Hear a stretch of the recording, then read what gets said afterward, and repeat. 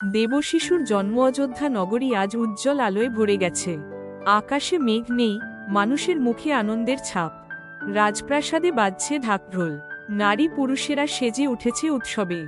রানী কৌশল্যা এক সোনালী প্রভাতে এক দেবতুল্য পুত্রের জন্ম দিলেন, তার মুখে শান্ত হাসি, চোখে অদ্ভুত দীপ্তি।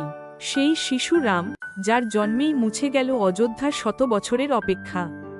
মহারাজ দশরথ আনন্দে গদগদ হয়ে বললেন, আজ আমার বংশ ধন্য হল। এর কিছুক্ষণ পর কেকয়ী জন্ম দিলেন শিশু ভরতকে, আর সুমিত্রার কোলে জন্ম নিল 2 যমজ পুত্র, শিশু লক্ষ্মণ ও শত্রুঘ্ন। সারা রাজ্যে আনন্দোৎসব শুরু হল।